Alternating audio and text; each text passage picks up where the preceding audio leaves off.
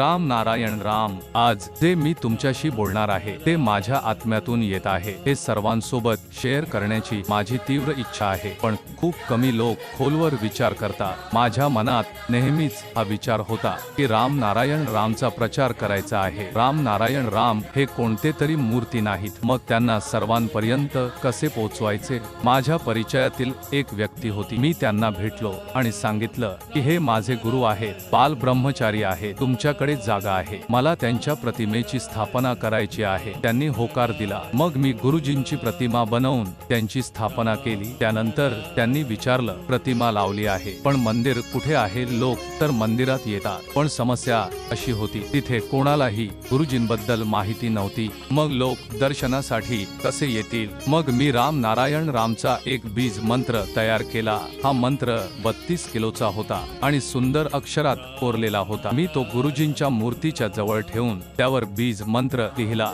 त्यानंतर आम्ही सत्संग सुरू केला. लोकांना आमंत्रित केलं, कारण घराघरात जाऊन बोलावणं कठीण होतं, म्हणून सत्संगात बोलावलं. तर मी त्यांना बीज मंत्राचा अर्थ समजावून सांगितला. त्यांनी विचारलं, हे काय आहे, आणि असंही म्हणाले की राम किंवा कृष्ण तर काही नसतं, फक्त नाव दगडावर कोरलेलं आहे. मी त्यांना समजावलं की राम नारायण तेच आहेत जे तुम्ही मानता, फक्त नाव आणि रूप वेगळं आहे. ते संतुष्ट झाले. मग मी त्यांना समजावलं की ब्रह्मा उत्पत्ती करणारा आणि विष्णू संहार करणारा आहे, हे लक्षात ठेवलं पाहिजे. त्यांनी हे मान्य केलं आणि माझी गोष्ट स्वीकारली. मला आनंद झाला की माझ्या स्पष्टीकरणामुळे ते समाधानी झाले. मग माझ्या मनात विचार आला की या बीज मंत्राची अधिक ठिकाणी स्थापना करावी. मी जयपूर मधील प्रसिद्ध डिग्गी कल्याणजीच्या मंदिरात हा मंत्र लावला. यासाठी मला राकेश कुमार मीना यांच्याकडून परवानगी मिळाली आणि त्यांनी मला मदत केली. मग मी गोनेर मधील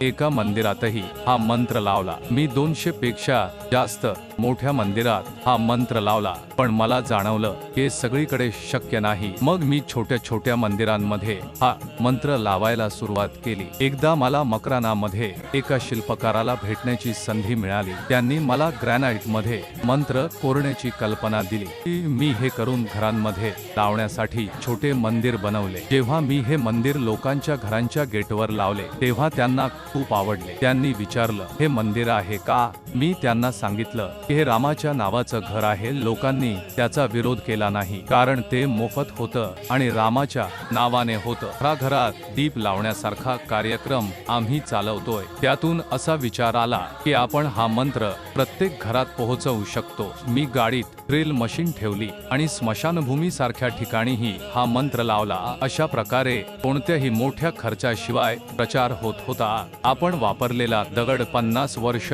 टिकणारा होता. या अभियानाचा देश रामाचं नाव प्रत्येक घरात पोहोचवणं होता, जेणेकरून लोक त्याचं महत्त्व समजू शकतील. या मोहिमेत आम्ही झटून काम करतोय. हे अभियान जगाच्या कानाकोपऱ्यात पोहोचवायचं आहे. शेवटी आपण परमात्म्याचं नाव घेतोय. मी स्वतः हे करतोच, पण दुसऱ्यांनाही 24/7 राम नारायण राम जप करण्याची पद्धत सांगतो आणि लोक ते फॉलोही करतात. शरीर झोपतं पण मन कधी झोपत नाही. मनाला काम हवं असतं. एकदा आपल्याला जपाची सवय लागली की आपण काहीही करत असताना मनात राम नारायण रामचा जप सुरू राहतो. आपण झोपेत असलो तरी मन जप करतं. जपामुळे आपल्या शरीरातील सगळ्या पेशी राम नारायण रामचा जप करायला लागतात. एखादी पेशी मेली तरी जपासोबत तिला मोक्ष मिळतो, बंधन सुटतं. आपल्यात त्यागाची भावना असायला हवी, तेव्हाच काही होईल.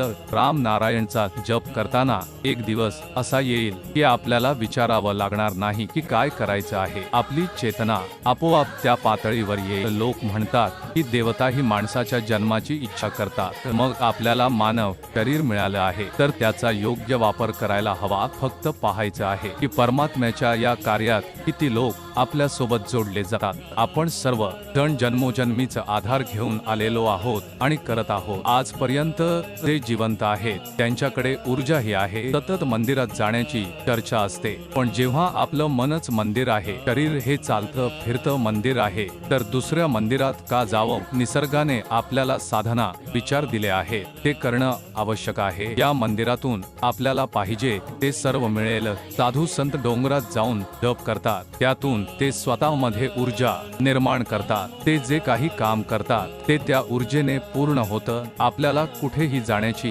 गरज नाही. आपण घरात राहून सर्व जबाबदाऱ्या निभावत हे सुद्धा करू शकतो. कर्म हाच आपला धर्म आहे. एक काळानंतर शरीराला सोडून आपण तिथेच परतू जिथून आलो आहोत. राम नारायण सर्वोच्च आहे. राम नारायण, रामच प्रत्येक समस्येचं उत्तर आहे. प्रत्येकाने राम नारायण रामचा जप करायला हवा आणि कर्म करत राहायला हवं. आणि मी लोकांना सांगू इच्छितो की रात्री झोपण्याआधी ध्यान करायला हवं. यामुळे अनोखी ऊर्जा मिळते आणि आपला संपूर्ण दिवस चांगला जातो.